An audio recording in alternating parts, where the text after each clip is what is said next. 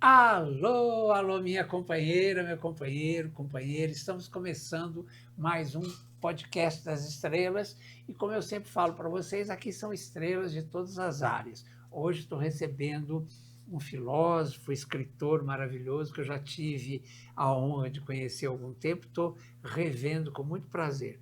Meu querido Carlos Florencio, maravilhoso, seja muito Obrigado, bem-vindo, viu, obrigado, meu querido? querido. E ele está me trazendo um livro, botou uma dedicatória linda aqui para mim. O livro chama Tudo Certo. Como tudo certo? O errado não existe.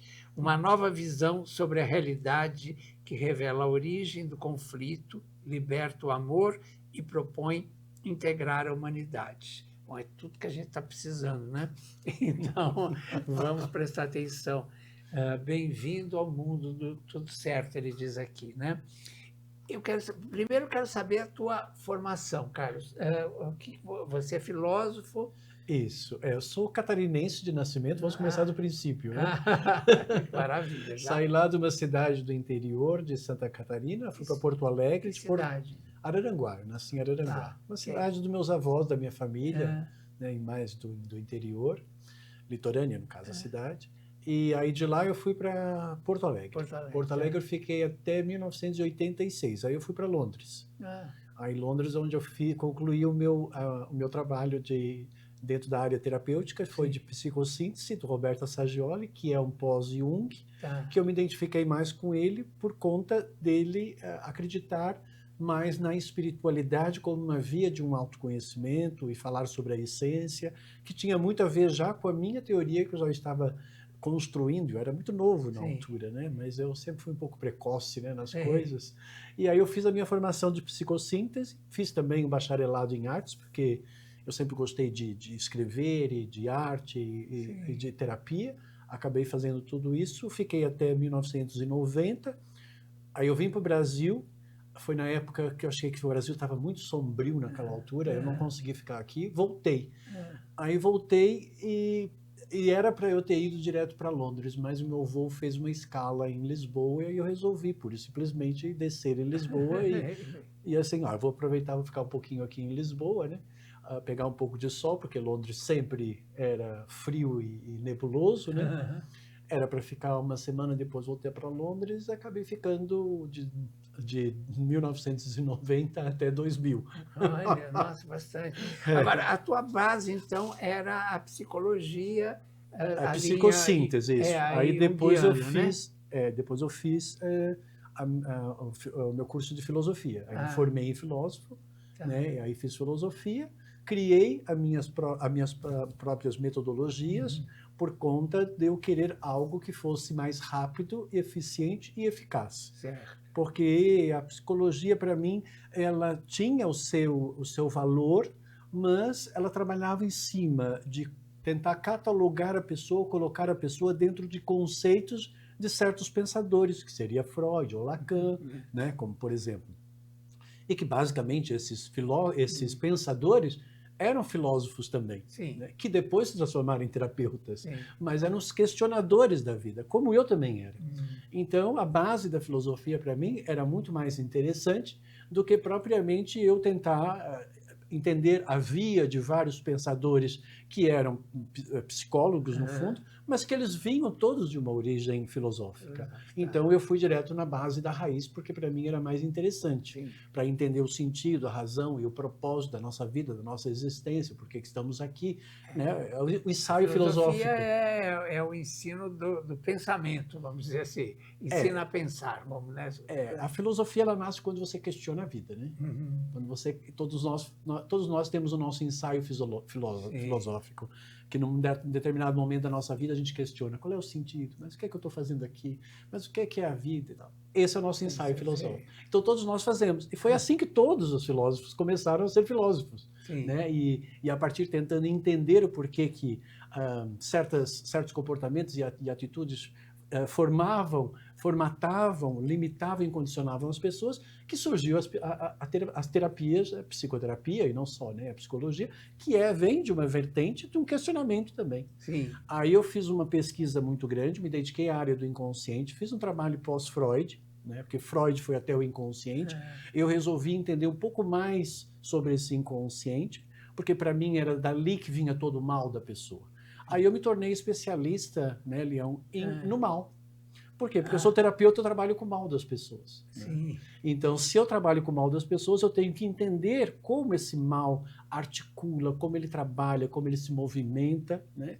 E a partir daí eu fui muito profundamente na área do inconsciente, cataloguei esse inconsciente por meio de certos comportamentos e atitudes e me tornei especialista em mecanismos de autossabotagem, que é a base da minha metodologia do PH Vida, que é o potencial humano de vida. Então, eu vou só parar ali um pouco. Quando você fala do inconsciente, o inconsciente é o bem e o mal, né?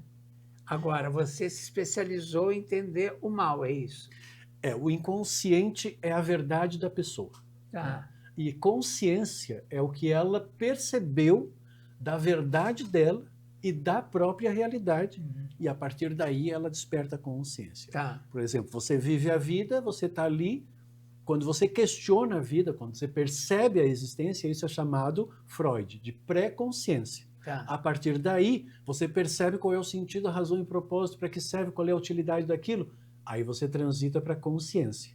Então, consciência é quando você domina o conhecimento do que é e o que significa aquilo na sua máxima existência. Né? Então, isso é a consciência. Esta consciência nós vamos despertando ao longo da vida, mas essa consciência também está limitada ao que você desperta. Sim. O inconsciente é a área onde a pessoa ela vive e dentro dessa inconsciência ela tem o quê? Ela tem a sua referência de essência, ela tem a sua matriz genética que ela traz dos seus ancestrais, da sua família, ela tem a referência de natureza e ela tem a referência do seu processo que ela foi vivendo por meio das suas experiências, que eu chamo que são 3 referências: referência de processo, referência de natureza e a referência da essência que é mesmo da própria pessoa, que está dentro do onde ela nasceu. Agora, isso explica, por exemplo, o crime, vamos dizer assim, né? Alguém que tire a vida de outra pessoa, por exemplo. Em que sentido? A partir do momento que você busca o inconsciente, né? Você se aprofundou no inconsciente. Quer dizer, você consegue explicar o pensamento de um assassino, por exemplo? Tudo está no inconsciente. O mal está no inconsciente. Não existe mal na consciência. Entendi. Porque quando você está consciente, você sabe que determinada situação não vai gerar determinado resultado e você automaticamente vai ser responsável por aquilo. Tá. Se você tem consciência, você assume a responsabilidade. Tá? Se você não quer tomar consciência, você percebe a existência, você está ciente do processo, mas você trava para despertar a consciência, porque senão você vai se tornar responsável. Então, há uma tendência da pessoa para não chegar lá e ela se sentir culpada, ela então justifica ou ela desvia para outras situações e ela não assume o resultado daquilo que ela faz. Então ela prende aquele mal porque ela sabe que a partir dali ela vai sofrer com a justiça ou com a culpa daquilo. Então uma pessoa, por exemplo, que venha dentro do seu inconsciente matar uma pessoa, porque ela está... Primeiro que ela só vai matar uma pessoa porque ela está se sentindo insegura. Tá? Ela tem ali alguma coisa de necessidade de sobrevivência, alguma conquista que ela tem, alguma coisa está ali. Ninguém vai matar, às vezes, uma pessoa por simplesmente matar, a não ser que seja um psicopata, mas um psicopata também já vem de um processo onde ele passou por muitos traumas e, por conta disso, ele ficou apático com relação às coisas. Então, aí, como ele é apático e não tem sentimentos, as coisas não têm sentimentos, matar uma outra pessoa, aquilo... Ele busca por um sentimento, ele busca por alguma coisa. Então, tudo tem um significado que está preso nesse inconsciente. Então, o inconsciente é como se fosse um quarto escuro, Leão. Você, quando entra lá dentro, você vai ver lá dentro uma série de personagens. Aquela menina chorando porque não ganhou o que queria na sua infância, aquela pessoa remoendo, aquela pessoa ansiosa, aquele autoritário, aquele controlador, aquela dominante, aquela maternal. Você vai vendo arquétipos. Sim. E foi isso que eu comecei a desenvolver com os meus clientes lá depois de 1990, quando eu comecei a formatar a minha metodologia. E a partir daí eu comecei a perceber arquétipos que são personagens, que a pessoa assume esses personagens por momentos. E aí, por quê? Porque estão associados aqui a algum tipo de trauma, algum tipo de influência, alguma referência, e que a pessoa que caracteriza ela naquele instante. Nem sempre são do mal, pode ser coisas... Não, nem sempre é do mal, pode ser coisa, mas como eu digo, quando está bem a gente não mexe, né? A gente mexe no que está mal. O que está bem a gente deixa quieto, porque o time está ganhando, né? Agora, o que está mal, que é o trauma, porque o trauma vai virar o conflito vai virar o padrão vai tornar as experiências repetitivas, e isso já é um mecanismo de autossabotagem, porque a pessoa não consegue transcender, evoluir e expandir naquele aspecto da vida. Então, às vezes, você pode ter uma pessoa que ela é rica, mas emocionalmente ela é pobre. Por quê? Porque ela não conseguiu transcender alguma coisa. Ela resolveu conquistar para mostrar que ela é forte, que ela é autossuficiente, porque ela tem um mecanismo de autossabotagem. E isso vai sempre gerar um certo isolamento, que é o grande mal do ser humano, é o isolamento, que é aquilo que se chama de solidão, que está muito presente, e principalmente depois da pandemia, isso agravou-se ainda muito mais. Pois é, e isso que eu queria te perguntar. Hoje eu vejo as pessoas muito solitárias. É uma síndrome. É uma síndrome isso, né? É uma síndrome. Eu moro, por exemplo, numa região perto do centro de São Paulo, e eu vejo muita gente, essa coisa dos pets, né? Sim. Eu acho curioso isso, né? Porque as pessoas se afastam de outras pessoas e se apegam aos pets, né? É uma coisa que me chama a atenção, que as pessoas, eu olho a calçada, todo mundo passeando com o seu cachorrinho, mas você vê que ela está sozinha e com medo de se aproximar de outras pessoas. É o medo de sofrer. Exato. O pet, ele não vai te trair, né? Ele vai estar sempre alegre, né? Vai sempre te tratar bem de alguma forma, porque basicamente o animal, se ele ganhar comida e ganhar proteção, ele está no reino dele, né? Então é ele que ele quer, ele é um animal, ele vive disso, né? Então tá tudo certo para ele. E ele percebe, né, que dando esses agrados ele vai ganhar mais coisas. Então é um mecanismo que está aí. Mas essa pessoa, no fundo, ela está fazendo uma transferência, né?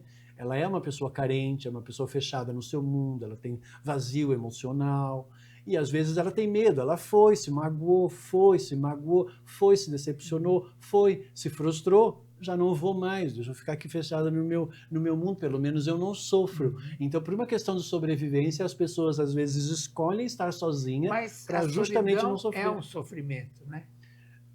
Então, uma espécie de sofrimento. Ela troca de sofrimento sem perceber que está trocando de sofrimento. É. Ou seja, o mal continua ali. Está quando ela foi tentando encontrar alguém para superar alguma coisa que ela necessitava e que não conseguiu, e aí depois ela desiste e ela fica nesse mal. Uma coisa que eu percebi, que está aqui inclusive no meu livro do Tudo Certo, porque chegou um belo dia, eu parei, porque eu trabalho com conflitos, eu sou especialista em conflitos, né? E melhoria em relações interpessoais e tal. Eu trabalho com isso, é a minha função. Chegou um belo dia, assim, mas eu preciso entender, refletindo comigo mesmo, meu ensaio filosófico, né? Assim, eu preciso entender por que as pessoas discriminam, por que elas não toleram umas às outras, por que elas geram esses conflitos. Eu preciso entender. Que é a questão do momento, né? É a questão do momento. Aí eu mergulhei nesse inconsciente, foi quando eu percebi que lá dentro tinha esses personagens, que lá tinham esses traumas, e que aqueles traumas passavam a ser uma verdade para a pessoa. E aquilo é que começava a condicionar e a limitar as pessoas. Aí eu desenvolvi uma técnica, por exemplo, eu tenho uma técnica que eu desenvolvi, que numa semana, repetindo um exercício que eu gravo próprio para aquela pessoa, a partir da análise toda que eu faço dela, isso é só numa hora de sessão, numa semana ela melhora de 70% a 90%. Ou seja, ela melhora significativamente. Por quê? Porque eu tiro ela do inconsciente e trago para a consciência. Entendi. Porque quando ela está na consciência, ela percebe. O problema é que enquanto ela não chega na consciência, ela está na dor e ela não sabe curar a própria dor. porque ela está presa no padrão, está presa no conflito, está presa no trauma, naquela verdade que está condicionando e limitando. E aí ela vai tentando, porque todo ser humano tenta resolver. Ah, eu fui lá, tentei agradar a minha mãe, aí a minha mãe me ignorou, aí eu me senti ignorado, senti que eu não tenho valor, que eu não tenho atenção. Aí eu percebo que cada vez que eu ajudo a minha mãe, ela me agrada, ou ela sorri para mim, aí eu começo a ajudar ela mais e mais e mais, né? E aí ela Isso não também tem muito a percebe. ver com a baixa autoestima, né? Que é uma coisa muito presente hoje, né? Também. Mas é porque uma coisa que você tem, uma coisa que eu descobri, todo mundo nesse planeta, sem exceção, tem um medo de ser reprovado e uma necessidade de ser aprovado.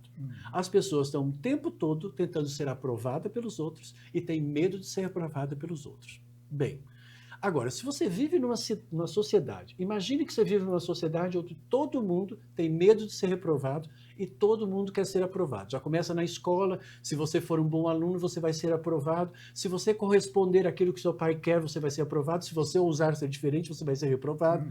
A mãe a mesma coisa, os amigos a mesma coisa, o relacionamento que você está tendo, se você corresponder àquilo que a pessoa quer, que é o certo dela, aí você é aprovado. Agora, se você ousar ser diferente e entrar em conflito com aquilo que eu considero que é certo, onde dali eu busco uma autoafirmação, aí você passa a ser um inimigo meu. Sim. Né? Claro, porque vou destruir as tuas referências. E é isso que acontece tudo a nível no inconsciente. E aí, então, imagine que você está numa sociedade onde todo mundo quer ser valorizado, todo mundo quer ser amado, todo mundo quer ser aceito, todo mundo quer ser reconhecido, todo mundo tem medo de ser reprovado, todo mundo quer ser aprovado. Como que você vai conseguir isso se todo mundo sofre do mesmo mal que você? Impossível, né? E aí está o que eu explico que está aí nesse livro, que é um libertador, porque no fundo, quando você entra lá, você vai no livro, né, lendo o livro, que eu vou explicando, você percebe então que em algum momento, porque você não correspondeu àquilo que a mãe queria, àquilo que o pai queria, àquilo que os outros queriam, você lá pelas tantas foi reprimindo a tua própria individualidade, foi criando uma consciência coletiva moldada ao que os outros permitem, e o teu eu foi ficando isolado. Aí está na raiz da solidão. Por isso que todo mundo tem essa solidão, esse vazio interior. Por quê? Porque foram rejeitados, não foram valorizados, porque não corresponde ao certo das outras pessoas. Isso foi o padrão que eu descobri. Um padrão que quem é que cria esse padrão? A própria mente da pessoa. Nós temos um julgamento comparativo. A gente compara sempre uma coisa com a outra. E numa comparação, basta pensar, quando você compara uma coisa com uma outra coisa, você vai automaticamente valorizar uma mais e a outra menos. Sim. Não é verdade? Com certeza. Sempre. Né? Você vai Agora, por que você fala que o ser humano se auto-sabota? Já começa por essa necessidade de ser valorizado, amado, reconhecido, aceito, né? E esse medo de ser reprovado. E a autossabotagem, o que é? Toda vez que você não permite ser você mesmo, naquilo que você é verdadeiramente, onde você tem medo de ser aquilo que você é, porque você pode correr o risco de ser julgado, criticado, rejeitado, desvalorizado, não reconhecido, excluído. Agora, meu querido, cá entre nós, né? Quem nesta vida que nunca se sentiu julgado, criticado, rejeitado, desvalorizado, não reconhecido, excluído, discriminado e um monte de outras coisas negativas que fizeram aquela pessoa naquele momento se sentir mal com a sua própria existência porque de repente ela não correspondeu àquilo que os outros queriam, nem que seja por um milésimo de segundo. Todo mundo sem exceção. Então nós temos um problema aqui. Nós temos uma sociedade que não sabe amar. Agora, Carlos, você, além de dar aulas, você também atende no consultório. Eu dou aulas, eu dou atendimento, sim. Eu atendo online, né? Dou aulas, dou cursos, tudo para a pessoa entender como que ela funciona e ensino.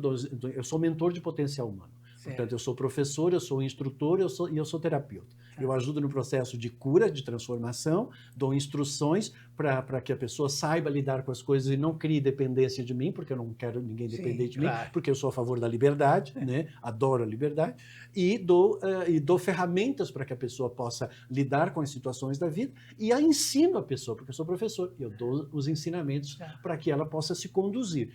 A pessoa chega, eu arrumo ela, ela vai, depois, se ela tiver, né, se por acaso se cair novamente, ela volta Que não novamente. existe Mas alta, mas existe... não, eu dou uma alta naquele processo que eu faço. Tá. Aí eu defino uma estratégia, que normalmente são 4 sessões, tem um prolongamento de mais 4, se a pessoa quiser aprofundar ainda mais o seu autoconhecimento. No primeiro momento, as 4 sessões é para eliminar todos os padrões do inconsciente, mecanismos de autossabotagem, aquilo que está afetando a valorização pessoal e a própria autoestima. Agora, esse não é o teu primeiro livro. Não, eu tenho esse e tenho outro que é O Amor e a Resposta, Tá. que é o segundo. E aí eu tenho uma outra que eu terminei agora, que é a Teoria da Intenção, e mais os 4 que eu estou trabalhando em paralelo. Mas quer dizer, é mais ou menos dentro desse mesmo pensamento teu. O primeiro livro e com esse aqui. Não, esse segundo, do Amor e a Resposta, ele é um pouco mais poético. Né? Tá. São pensamentos com reflexões e exercício para a pessoa fazer, que ela pode fazer de manhã e à noite, com afirmações e decretos, para ativar aquela energia do amor, para ela estar melhor com ela e com o seu mundo. Tá. Aí Agora, é mais para entender mesmo que o errado, no fundo, não existe. Porque sim, não existe o errado, né? porque o nome é ótimo, né? Tudo certo, né? Tudo certo. É uma coisa muito positiva.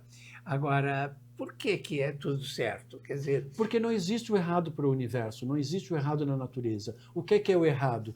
O errado é algo que você define a partir da comparação com o que você considera que é certo. sim, Mas aquele errado, ele está certo. Por exemplo, você fez um café e ele ficou azedo e fraco, de acordo com o teu conhecimento, você sabe fazer café azedo e fraco. E ele está certo para você. Agora, eu sei fazer café doce e forte, e eu vou experimentar o teu, eu vou dizer, você errou. Mas eu tô partindo do meu conhecimento. Não, desculpa, eu não errei, para mim está certo, meu café é assim. é aquela base... Aí o meu certo é outro. Aí, ou seja, certo discutindo com certo, a razão discutindo com razão, já perdeu a razão, já não tem mais razão para discutir. Né? Então, ou seja, o conflito nasce justamente dessa questão do meu certo que não aceita o teu certo, né? Da minha verdade que não aceita a sua verdade. Então, essa impossibilidade de aceitar alguma outra coisa bloqueia primeiro a energia do amor, porque o amor nasce da aceitação. Isso que você está falando, eu fico pensando assim, é aquele pensamento, assim, o inferno são os outros. Depende, né? Não é? Não, mas quer dizer, o teu certo nunca é o certo. O meu certo, mas está tudo certo. Se você vê que todas as experiências da sua vida que você acha que você errou, você não errou. Naquele momento, agir daquela forma, para você estava certa. Ninguém vai fazer nada, vai ter uma intenção de fazer alguma coisa que seja, eu vou fazer isso com a intenção de errar. Sim. Ninguém faz isso. Sim. Todo mundo faz querendo dar certo. Sim. Da mesma forma que ninguém vai fazer nada querendo o mal. Todo mundo vai querer o bem. Por isso que eu acho que o mal ele é hipócrita. Porque toda vez que você faz mal para uma pessoa, você faz pensando no teu bem. Então, se você faz pensando no teu bem, prejudicando o outro, manifestando o mal para o outro, então você é hipócrita, porque você deveria fazer mal para o outro e ficar mal com você mesmo. Aí você está vibrando no mal, não é verdade? Sim. Agora, se você faz mal para o outro, mas você fica bem, você está pensando no seu bem. Então, se você está pensando no bem, então por que não fazer só o bem? Por que fazer o mal? Por que prejudicar o outro? Que vantagem que você tem de ter um bem que vem de prejudicar o mal para o outro? Isso não é espiritual, isso não é ético, isso não é moral, isso não é saber amar, isso não é ter consciência, isso não é ter inteligência, né? Porque não faz sentido. Porque não pode ter sentido em fazer uma coisa dessa. Mas a gente sabe que tem gente que vive para fazer o mal. Né? Pior do que isso, né? Quer dizer, o que não falta, a gente tem que saber neutralizar essas situações e temos que saber lidar com isso. Por isso que eu digo que não é o suficiente ser uma boa pessoa, tem que ser uma pessoa boa e esperta, porque o mal, ele é mau e esperto. E ele sabe as vulnerabilidades e conhece as vulnerabilidades do bem, porque o mal ele é uma distorção do bem. Aquela pessoa era boa, ela se transformou mal depois de ser boa. Ninguém nasce mal, torna-se mal.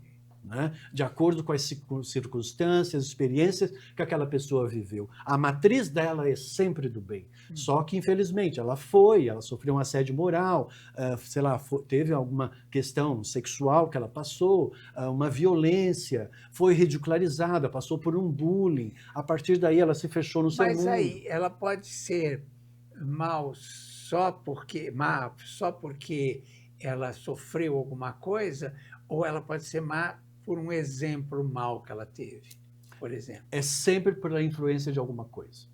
Na nossa essência, nós somos do bem. Por quê? Porque na nossa essência, como todos os animais e todas as espécies desse planeta, nós nascemos, ganhamos o direito de existir e nós lutamos pela nossa sobrevivência. Todos os animais aqui lutam pela sobrevivência. Portanto, existe um instinto de autopreservação que é natural em todas as espécies, inclusive na espécie humana. Né? O que transforma o ser humano em não animal e transforma o ser humano em um ser humano mesmo, ou, em outras palavras, mais espiritual, é quando ele deixa de agir como um animal pior do que irracional. Por quê? Porque o animal não tem moral, mas o ser humano tem a possibilidade de ter moral. O animal é amoral, o ser humano tem moral. Agora, se o ser humano tem moral e ele age de forma amoral e pior do que o animal, porque o animal mata para comer e mata para sobreviver. Agora, o ser humano, ele mata simplesmente por matar, para ele tirar uma vantagem qualquer. Ele prejudica o outro por uma vantagem para ele mesmo. Portanto, isso é pior do que qualquer animal desse planeta. Né? E é esse que é o mal. Então, ou seja, isso que é o ser maléfico. Né? Agora, alguém pode dizer assim, mas o que é ser moral? Né? Moral é quando você preserva a sua vida e a sua existência, preserva a vida e a existência do outro, todas as suas manifestações, porque você é uma força que influencia e você permite ser influenciado, tudo passa por um processo de uma escolha. Tudo é uma escolha. Não foi o outro que me fez eu ficar com raiva, fui eu que permiti ficar com raiva, porque eu não soube metabolizar aquela conversa que eu tive com aquela pessoa. Portanto, sempre é o processo da escolha da própria pessoa. E a partir daí ela faz essas suas por meio dessas influências, ela permite absorver aquilo e ela desenvolve aquilo e aquilo faz parte da vida dela. Agora, só fazem com você aquilo que você permite? Sim. Isso é uma verdade. É uma verdade. É uma verdade. Mas muito disso acontece no período que você é inconsciente. Qual é o período da inconsciência? Do 0 aos 21 anos de idade. O cérebro demora 21 anos para ficar formado. Por isso que antigamente ser adulto era só com 21 anos de idade. Hoje é com 18 anos de idade. Por que que era assim? Não foi a troco de nada. É porque, pura e simplesmente, a pessoa só é dona de si mesma e apta a ser responsável pelas suas ações a partir dos 21 anos de idade, porque até então ela está sob a jurisdição dos seus pais, porque eles é que são responsáveis, porque ela ainda não tem o seu cérebro formado, porque ela ainda não assume a responsabilidade pelos seus atos. Né? Então, esse período que é o período crucial. Tudo que acontecer dos 0 aos 21 anos de idade são períodos de setênios, né, que a gente chama de formação, que é a primeira, segunda e terceira infância, tá, dos 0 aos 21 anos de idade, que já é a primeira formação do ser adulto, que ele só é adulto a partir dos 21. Né? Então, dos 0 aos 7 tem a ver com a segurança, o ambiente da segurança. Como é que foi esse ambiente? Se você está lá num ambiente onde o pai e a mãe estão discutindo, estão lutando pela sobrevivência, não tem tempo, às vezes, de dar carinho nem afeto, aquela criança já nasce ali sentindo que ela é um estorvo, que ela não pertence àquilo, que a vida é uma dificuldade, que é uma escassez emocional, escassez de atenção, tudo que ela fala ninguém liga, coisa de criança, ela vai se sentir sempre excluída, portanto, tudo isso está sendo registrado no inconsciente dela. E aí dos 7 aos 14, que é quando ela começa a ir para a escola, aí ela começa a comparar ela com o mundo dos outros, e ela começa a ver que às vezes uma pessoa ganha um presente, ela não ganhou, outra coisa assim, ela vai começando a comparar, que é o julgamento comparativo. E aí, a partir daí, ela começa nessa competição e nessa cobrança de tentar ser aquilo que ela pode ser aprovada, amada, valorizada e aceita. Né? E aí, depois começa, aos 14, o período de formação de personalidade, onde ela vai ter que afirmar aquilo que ela é. Agora, se ela já traz problemas de escassez na primeira e na segunda, a formação da personalidade dela já vai ficar deficiente. E é esse que é o problema. Então, o meu trabalho é justamente ir lá e limpar todos esses processos dessas 3 primeiras infâncias e desses padrões que estão aí para justamente libertar a pessoa dessas amarras que fazem com que as experiências dela ficam repetitivas. Como que você sabe que você tem um mecanismo de autossabotagem? Experiência repetitiva. Já vivi esse filme. Padrão. Se você está vivendo... A vida não é para repetir episódios. Não é mesmo, você não sente, você não vai sentar na frente de uma televisão e assistir um episódio 10 vezes o mesmo episódio, não faz sentido. Você tem que sempre assistir um novo episódio, ou um episódio que vai dar um novo episódio, é isso que te prende a atenção. Portanto, a vida, ela te prende a atenção quando você está vivendo um episódio numa sequência de outro episódio, você vai indo. No momento que você está ali na rotina, no mecanicismo, sempre aquela mesma situação, você vai criando uma nostalgia, isso vai enfraquecendo os seus hormônios, você não libera energia de motivação, de entusiasmo, aí você vai murchando e vai se fechando no seu mundo, aí tudo vai perdendo muito sentido, e tudo isso são coisas que vão começando gradativamente, lentamente, e vai indo, até que quando chega um momento que a pessoa já não consegue mais sair desses processos. Um grande desafio, uma grande capacidade que eu considero que eu tenho é justamente tirar a pessoa de tudo isso e tornar ela benéfica para ela mesma e feliz novamente com a sua vida, com a sua existência, e isso é o que faz com que eu, com mais de 32 mil atendimentos e mais de 35 anos trabalhando com o inconsciente das pessoas e com liderança e com resiliência, faz com que eu nunca tenha tido nenhum fracasso nos meus atendimentos. Os fracassos que eu tive foi as pessoas que eram rebeldes que não fizeram os exercícios da dinâmica. Mas se fez tudo bonitinho, com certeza vai melhorar. Agora, está tudo certo, mas dizer não é fundamental. Sim. Não, você tem o livre-arbítrio, né? O que é livre-arbítrio? Você tem a liberdade de definir aquilo que você quer e aquilo que para você é a sua verdade, né? Que é o arbitrar, é julgar. Né? Você tem essa liberdade de julgar as coisas conforme você quer. Só que no momento que você julga, você já define quem você é. Porque está lá a tua verdade. Né? E na livre escolha, você pode escolher livremente. A livre escolha, ela existe no universo? É uma lei? Sim, é uma lei. Você tem a liberdade de escolher. Agora, a partir daí, você assume a responsabilidade por tudo aquilo que você vai fazer. E a partir daí, é o teu certo. Esse é o teu certo.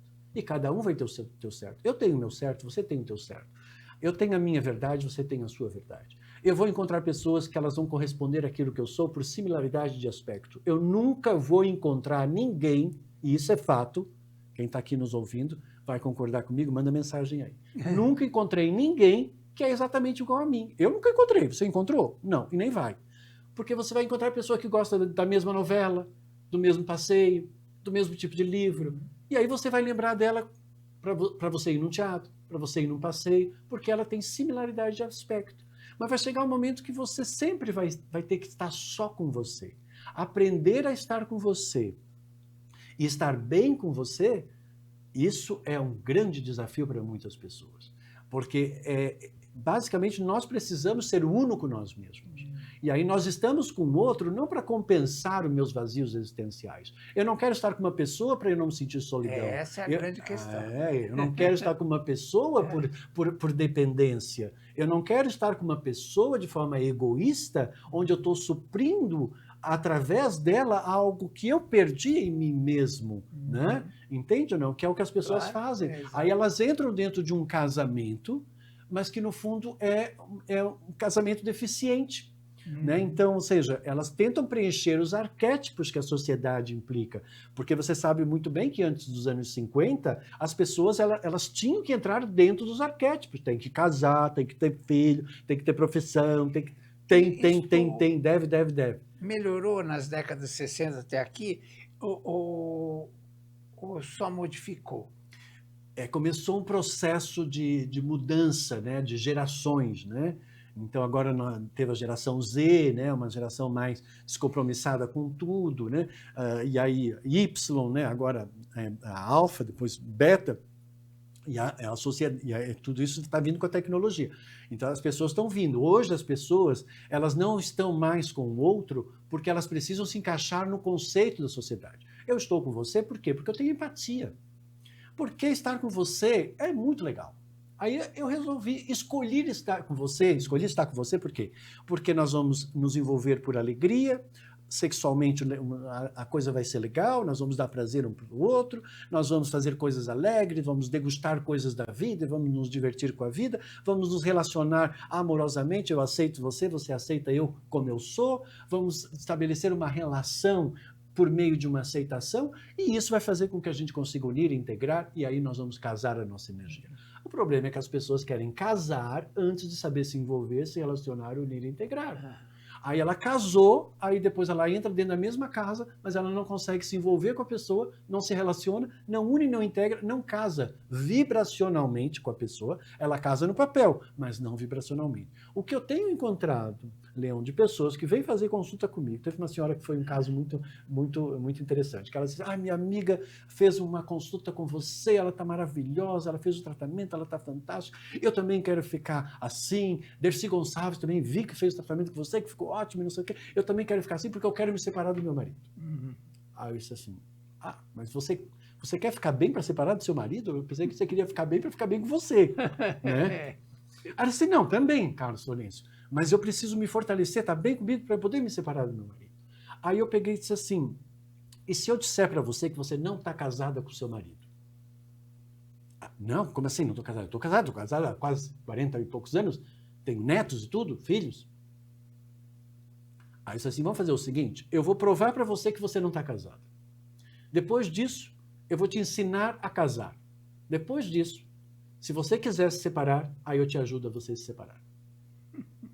Se você concordar, a gente faz o tratamento. Porque eu não vou poder fazer você ser feliz como você quer, enquanto você não souber e não entender o que é ser feliz.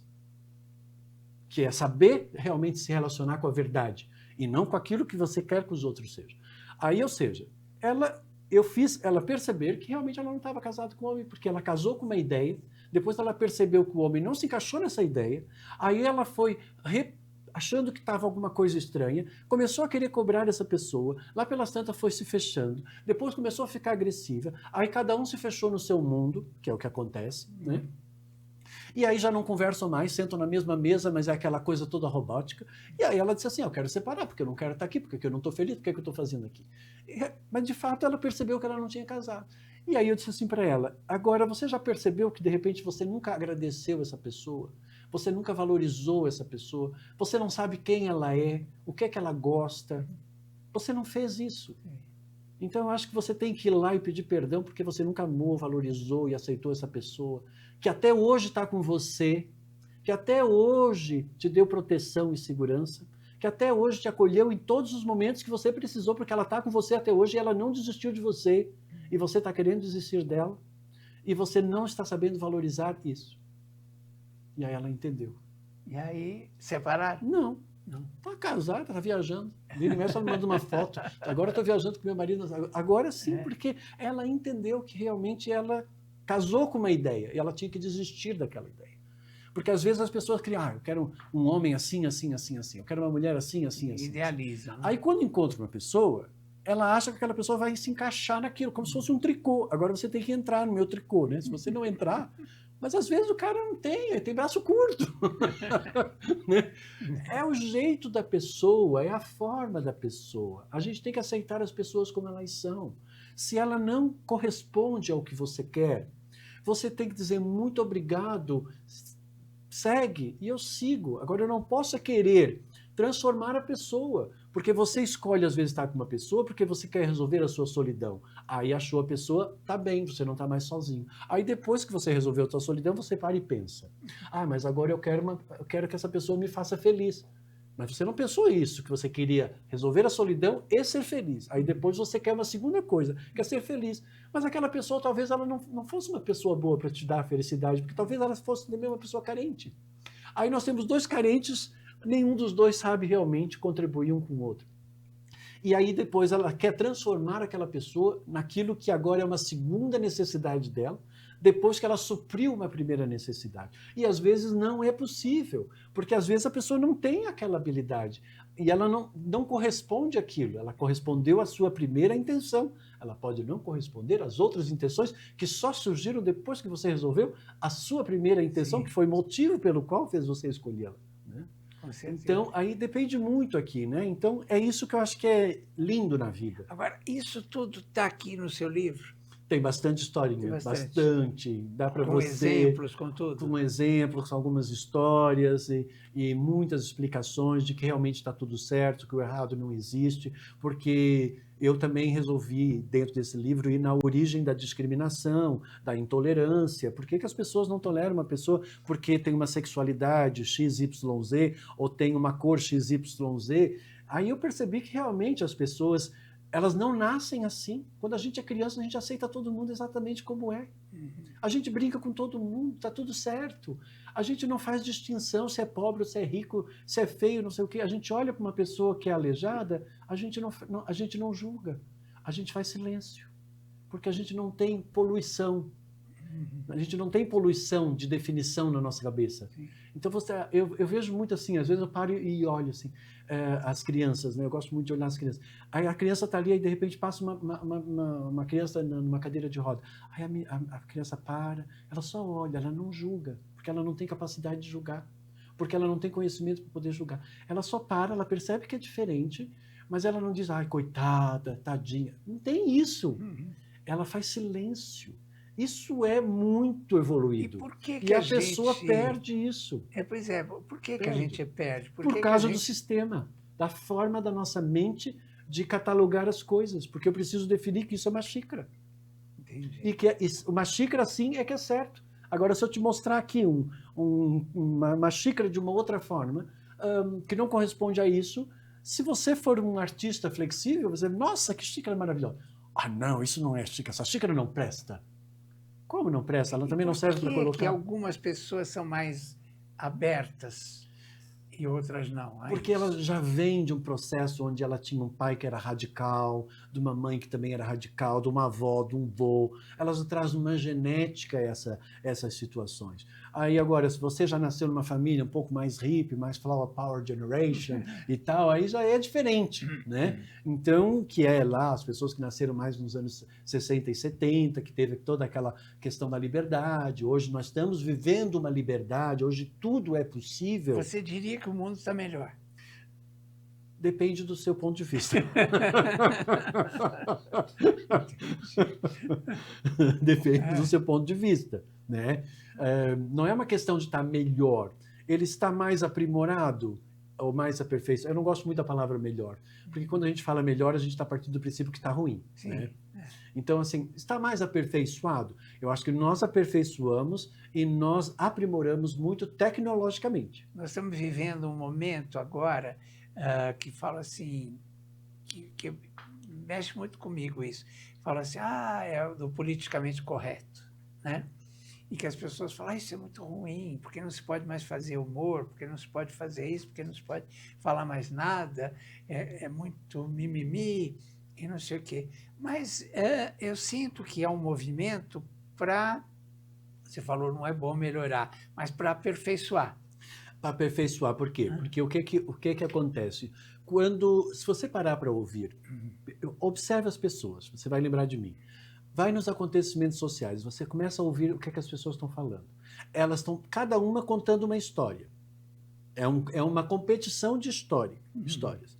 E sempre estão falando mal de alguma coisa. E rindo dessa coisa. Tá? Então, a tendência de falar mal e de rir da desgraça dos outros, infelizmente, é uma referência presente em muitas pessoas. Mas ela não nasce assim. Ela é poluída pelo sistema, hipnotizada pelo sistema, e isso impossibilita que a humanidade consiga evoluir. As máquinas estão evoluindo, mas o ser humano não. Se você parar para observar, o que acontecia antes dos anos 50? Parecia que estava tudo em ordem, mas a mulher não podia falar. A mulher era reprimida, o homem era o provedor, aí funcionava o casamento, mas era só os arquétipos. Cadê a pessoa mesmo? Espera aí, o que eu quero, que para mim é importante, eu não estou afim, eu vou fazer o que eu quero. Não tinha essa. Agora não. Agora as pessoas elas querem manifestar a sua verdade, aquilo que para elas são importantes, né? Elas querem estar ali, elas querem ser percebidas. Só que não estão conseguindo isso. E está um caos total, porque agora não tem mais família, os casamentos demoram 3 anos, no primeiro ano você acha que casou com o teu ideal, no segundo você percebe que é propaganda enganosa, no terceiro você começa a cobrar que a pessoa tem que se encaixar no primeiro ano que você conheceu ela, e não consegue, aí se separa. Né? Então, é isso que infelizmente está acontecendo. Então, hoje em dia, de fato, você é para estar com as pessoas por afinidade, por respeito, por amor. Então, falar mal, quem é do mal, fala mal. Então, hoje você não pode falar nada. Você pode falar o que você quiser, mas você tem que entender que tudo que você expressar, que seja para difamar o outro, diminuir o outro, julgar ou criticar negativamente o outro, o que é que isso significa? Que você está reverberando, despertando essa força de antipatia, essa força azeda, essa força maléfica, e você tirando o sarro das pessoas, rindo da cara dos outros porque o outro sofreu um acidente ou porque o outro não sei o quê. Quer dizer, isso é muita maldade. Então, ou seja, nós precisamos evoluir para uma bondade mais esperta, porque é isso que o ser humano precisa, porque ele é uma fonte de realização. E ele pode realizar, sim, realizar muitas coisas fantásticas, como ele também pode realizar muitas tragédias. O bem e o mal está dentro de todo mundo. Cada um escolhe manifestar da forma que quiser. E cabe a nós saber nos defender. E aquela pessoa que está falando mal da outra, ela não pode falar, ela não pode discriminar outra pessoa, porque no momento que você discrimina outra pessoa, você está partindo do princípio que o teu certo é absoluto e que aquela pessoa, ela não tem direito de existir, porque pura e simplesmente ela não corresponde ao teu certo. Como assim? Quem és tu para questionar a existência dos outros? Se o universo, o próprio Deus, permitiu que aquele ser existisse, por que que você não permite? É porque você é uma pessoa que não sabe amar. Você não tem moral para poder questionar uma pessoa nesse momento quando você difama uma outra pessoa. Não interessa a vida do outro. Não interessa. Interessa a sexualidade daquela pessoa? Não te interessa a sexualidade da pessoa. A não ser que você vai querer fazer sexo com ela. Sim. Agora, se você não vai fazer sexo com ela, não interessa o que ela está fazendo com o sexo dela. Por que você está se metendo onde você não deve se meter? Porque não corresponde à sua vida. Deixa cada um fazer o que quiser. Ah, aquela pessoa está perdida. Quantas vezes você também não ficou perdido? É assim, não julgue para não ser julgado, né? Porque para você poder julgar é porque você foi, ou você tem inveja e gostaria de ser. Então, falar que aquela pessoa é isso ou aquilo é porque você tem complexo de inferioridade.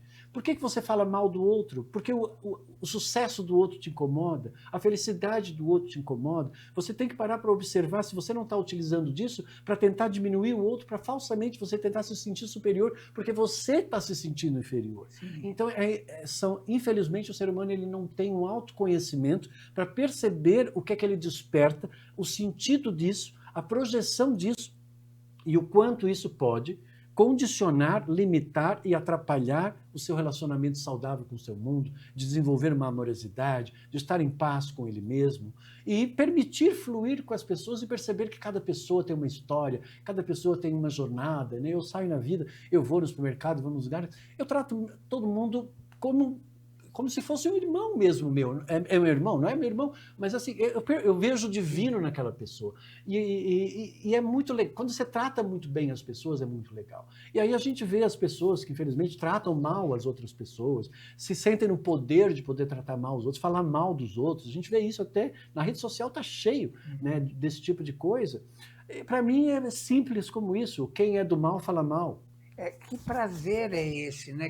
Principalmente na rede social, eu falo assim, que prazer é esse que as pessoas têm em humilhar, em diminuir o outro, né? É uma coisa tão estranha isso, né? Mas é porque vem dessas referências hipnotizadas pelo sistema, foram educadas dessa forma. Infelizmente é isso. Você pode ver, se você parar e começar a falar filosoficamente sobre uma coisa muito transcendente, né? As pessoas elas não conseguem dialogar com você. Elas não têm segmento. né? E aí elas vão falar assim, que cara chato, começou lá a filosofar numa hora que não era para filosofar, que a gente só estava a fim de beber e falar mal dos outros, né? Isso, exatamente. Mas é isso. Então, tem duas características que eu chamo, né, de pessoas, que são essas menos evoluídas e as mais evoluídas. As mais evoluídas são pessoas que são mais silenciosas, elas falam assuntos mais profundos, elas não vão se encontrar com as pessoas para falar mal dos outros ou ficar contando historinha de Netflix, da sua Netflix pessoal para outra pessoa, porque é o que basicamente as pessoas vão falar. A gente tem que tomar muito cuidado com o que a gente fala, porque quando você conta uma história sua, se a outra pessoa, por exemplo, às vezes a pessoa, uma amiga minha diz assim, eu acho que a minha amiga ficou com inveja de mim. Eu disse, mas por quê? Porque eu cheguei para ela e falei que eu estou agora num relacionamento super maravilhoso, super fantástico, e aí eu percebi que ela ficou, depois disso ela não falou mais direito comigo. Aí eu disse assim, ela por acaso está num relacionamento maravilhoso? Não. Disse assim, ela ficou com inveja de você. Quem é que implantou essa inveja? Foi você. Agora, por que você vai falar que você está num relacionamento maravilhoso com uma amiga tua que está fracassada amorosamente? Exatamente. Agora, a gente se conheceu, acho que eu imagino que tenha sido na época do programa Mulheres, quando eu fazia, Isso.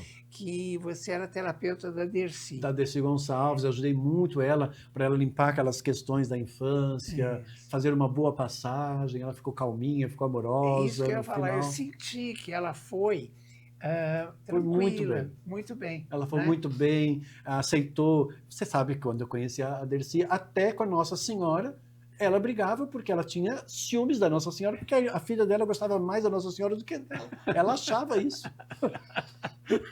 Mas assim, Dercy, não faz sentido você ter ciúmes da Nossa Senhora. Porque ela está sempre com a Nossa Senhora e ela não está comigo. Mas assim, mas não é por aí. Então aí você vai desmontando aquelas questões, né? Porque da infância dela, né? O ambiente que ela nasceu, né? E toda a situação que ela viveu, né? Foi muito dramática. E as pessoas, elas trazem as suas máculas, né? Elas trazem as suas manchas de alma. E é curioso que é isso que você falou. Eu sentia que a Dercy ela foi ficando mais calada. Mais calada, mais calma. Mais calma, né? Não sei se você viu o especial que nós fizemos do Amaury Júnior, que foi um especial de Natal, eu, ela e o Amaury Júnior, que a gente gravou. Né? Aí ela falou, hoje eu amo, eu não amava, eu não percebi que era isso que estava me faltando na vida, que era amor, né? Tá lá, coloca lá Dercy Gonçalves, Carlos Florencio, ficou muito bonito essa, e foi assim que ela foi. Eu convivi muito com ela, né? Assim, eu trabalhei com a sobrinha dela, com a Lucy, e aí convivi assim na família e tal. E eu fui vendo ela ficando, eu entrevistei ela várias vezes e tal, e eu fui percebendo isso, que ela foi ficando mais tranquila, parece assim, mais iluminada. Mais iluminada, ela foi. Porque ela tinha até ela diminuiu um pouco a impetuosidade dela. Claro, tinha coisa que é da personalidade, que é o jargão dela mesmo, né? Que é o jeito mesmo dela, mas ela foi ficando muito melhor. E na primeira sessão, a gente fez a primeira sessão, fiz um trabalho de relaxamento com ela, né? E aí fiz ela entrar e ela perdoar algumas coisas e tal. Aí ela depois me ligou depois de 3 dias. Carlos Florencio, saiu do teu consultório. Aí eu comecei, tinha alguma coisa que estava, não sei o que aconteceu comigo. Eu estava ansiosa, mas eu estava não sei o quê. E aí cheguei em casa, chorei. Aí liguei para minha filha, pedi perdão. E aí, olha, não sei o que você fez, mas eu só sei que transformou. É aquele jeito dela, né? Muito espontâneo. Eu até passei um Réveillon na casa dela, me convidou, passei um Réveillon lá na casa dela, lá no Rio de Janeiro, uns anos antes dela falecer. Ela fez uma rabanada para mim, foi muito, a rabanada dela era maravilhosa. E foi isso, né?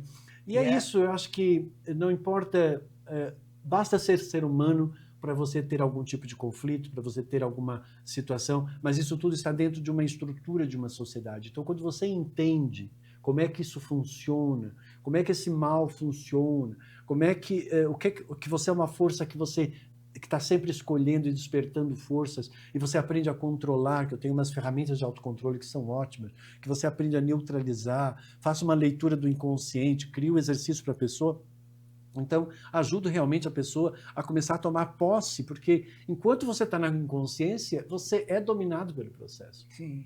É só quando você está consciente. Isso é muito importante. É muito. Por isso que eu digo que nós evoluímos da inconsciência para a consciência, do denso para o sutil. Né? Então, ou seja, como eu posso sutilizar aquilo? Né? Agora, se você vive ali colocando peso nas coisas, tudo fica muito denso. Então, a vida ela é feita de oportunidades. E não existem experiências ruins, não existem experiências maléficas, existem experiências. Né? E é curioso pensar no caso da Dercy, por exemplo, que uma das coisas que talvez chamasse a atenção nela e que talvez aproximasse as pessoas dela eram justamente essas dificuldades dela. Né? As pessoas se identificavam com isso, né? Com essa maldade aparente dela, com essa rispidez dela. Né? Porque ela era muito autêntica, né? Exato. Muito espontânea. Eu admirava muito ela, porque ela fazia lembrar muito a minha mãe também. Porque a minha mãe também tinha sido atriz e foi estilista, e sempre foi muito geniosa, a verdade dela, né, independente, aquela coisa toda. E elas tinham ali uma similaridade, que elas eram uma coisa que a gente não podia negar, tanto a minha mãe quanto ela. Elas eram verdadeiras. Isso. Ela era verdadeira, ela não era falsa. Se ela não gostava, ela dizia, a Dercy falava. Ela falava a verdade e dane-se, como ela mesma dizia. É o que é, o que é. Eu tenho uma história fantástica com ela, que eu levei a Dercy na boate que eu trabalhava, uma boate LGBT, e aí eu fazia as fichas, e tinham duas transformistas que entrevistavam. E ela estava no meio, e as duas, uma de cada lado, ela já entrou e falou assim: vocês são viados, né? 2 homens, 2 viadão, né? Não sei o que tal. Aí já ficou meio assim. Há pouco eu tinha uma pergunta, acho que era a 6ª pergunta, ficou até na minha cabeça aí, que eu perguntava se ela se achava uma mulher bicha, porque ela adorava brilho, aquela coisa toda. Era nesse sentido. Ela falou assim: o que é ser bicha? É dar o cu? Porque o meu cu eu uso para cagar. Bom, quando eu virei, a plateia inteira tinha saído. E se ofendeu, evidentemente, porque era uma plateia só de gays, então todo mundo foi embora. E ela ficou sozinha no palco com as duas e acabou a entrevista. Né? Era a 6ª pergunta, eu lembro. Ficou na minha cabeça isso. Mas era isso, né? Porque ela era absolutamente verdadeira. Né? Ela sempre gostou do brilho, porque ela sempre gostou acho que isso faz parte também, né, do teatro de revista, aquela época dela, era o jeito dela, né? Mas era uma pessoa difícil, né? Era difícil. Não, essa resposta, ela está numa casa gay, ela responde isso. Quer dizer, ela era muito espontânea, então aí ela falava a verdade. E aí nem todo mundo na nossa sociedade aceita muito isso. Sim. Né? Porque as pessoas são muito dissimuladas, né? As pessoas mantêm criam aquela imagem, né? No fundo, lá dentro, a gente sabe que não é aquilo. Né? As pessoas têm medo do julgamento, medo da crítica, do que os outros vão pensar. Então, para quem era antes dos anos 50, isso era muito forte. Agora, agora está uma bagunça. Né? Agora está todo mundo aí tentando entender o que é a liberdade, né? E dentro desse conceito da liberdade, que eu posso fazer o que eu quiser, as pessoas não estão entendendo que elas estão criando um aprisionamento através da própria liberdade. Exatamente. Né? Então aí você vê, né, você tocou nesse assunto, na questão LGBTQI+. Né? Então, se você parar para observar, só aí já tem uma separação. Né? Eu sei que quando eu escrevi esse meu livro, eu fui na associação, né, uma associação que tem aqui da Parada? Da Parada, exato. Aí eu levei um livro lá para eles, disse, olha, eu escrevi esse livro aqui para ajudar vocês aí, ó, vindo aqui doar para a associação, para vocês, de repente, lerem isso e perceber que vocês não estão errados e tal. Aí ele disse assim, pois é, mas entre nós a gente também tem esse problema, porque a gente se separou em grupos, essa tendência de separar em grupo. E aí é isso que eu acho que está faltando, essa união e essa integração. Se eu gosto de você, está tudo ótimo, está tudo certo, é a sua vida. Não tem que separar, acho que não tem. Né? Nós nascemos, obrigatoriamente, nós nascemos homem e nós nascemos mulheres. O que você quiser depois ser ou se sentir, você tem a liberdade para ser. Eu tenho que te aceitar. Agora, se eu me incomodo com isso, passa a ser um problema meu. Né? Agora, por que você está incomodado com isso? Né? Então, a gente vê aquelas pessoas agindo de uma forma até muito grotescas e agressivas com relação a uma pessoa que às vezes é gorda, ou com uma pessoa que é magra demais, ou uma pessoa que... Qualquer coisa que saia dentro daquele certo dela, pronto, acabou, ela acaba com aquela pessoa. Então, isso é muita maldade. A gente tem que saber aceitar as pessoas como elas são e permitir que elas possam ser elas mesmas. Para, a partir daí, nós assumirmos uma relação verdadeira com aquela pessoa. Porque eu não quero ter uma relação com uma pessoa que ela está fazendo de conta que ela é uma coisa para depois, mais tarde, eu descobrir que ela não é nada daquilo. Né? Então é isso. Eu acho que cada um tem a sua história, cada um tem a sua verdade, cada um tem a sua jornada e está todo mundo querendo a mesma coisa. Ser amado, aprovado, valorizado, reconhecido e se sentir integrado e pertencente a alguma coisa para acabar com essa solidão. Professor, bom, primeiro, esse livro está em todas as lojas? Está na Amazon, tem inclusive para a pessoa poder... Tem o e-book, tem nas melhores lojas, não tem uma distribuição muito grande. A distribuição dele é pela Catavento, está aqui na Martins Fontes, aqui na Avenida Paulista. Né? É uma boa leitura, é uma Bíblia de nova era. Bom, depois da nossa conversa, eu acho que você ficou mais apaixonado ainda, querendo ler o livro todo. Né? Então... Obrigado aí pela sua participação. Como é que o pessoal que queira, por exemplo, fazer um atendimento com você, como é que faz? Entra em contato com o Carlos Florencio Oficial, lá pelo meu Instagram, Carlos Florencio Oficial. É Carlos Florencio, como está escrito aqui. Isso, é Carlos Florencio Oficial. E aí eu tenho também o meu WhatsApp, não sei se eu posso passar, Pode, que claro. é o número 11 de São Paulo, né, DDD 11, 98319-9848. 98319-9848. Mas é só colocar Carlos Florencio, você vai me encontrar. E lá tem os telefones. Tem lá um monte, tem 600 vídeos no meu canal do YouTube, tem meu podcast. E tem esse vídeo do Mauri Júnior. Está lá também, é só colocar Carlos Florencio e Dercy Gonçalves, você vai... Amado, obrigado mais uma vez. Fazia tempo para voltar mais vezes. Vamos conversar mais, falar. E trazer o novo livro. Isso, vou trazer Do Amor e a Resposta. Tá bom? Bom, eu falei, né? Uma estrela de todas as áreas. Esse aqui é uma... antes de ir embora, eu quero fazer uma pergunta. Dá para a filosofia se tornar popular? Eu acho que deve se transformar em popular, essa questão de questionar as coisas. Você sabe que antes estava na escola, eu acho que agora também está de volta, né? Acho que agora tá de volta agora. E eu acho que tem que ser popular, claro que sim. Você tem que questionar a sua vida. Lembre, o ensaio filosófico é quando você questiona a sua vida e a sua existência. Todos nós vamos fazer isso. Tente entender, compreender, procurar um sentido para a sua vida. Seja você mesmo, verdadeiro, autêntico. E lembre-se que quem sabe amar vai te aceitar você como você é. Quem quiser que você seja diferente, você vai respeitar e entender que aquela pessoa tem um limite de aceitação e que está tudo certo. Está tudo certo. Querido, obrigadíssimo, viu? A gente volta na próxima quarta-feira, às 16 horas, sempre com uma estrela maravilhosa de alguma área. Beijos, dignidade, já.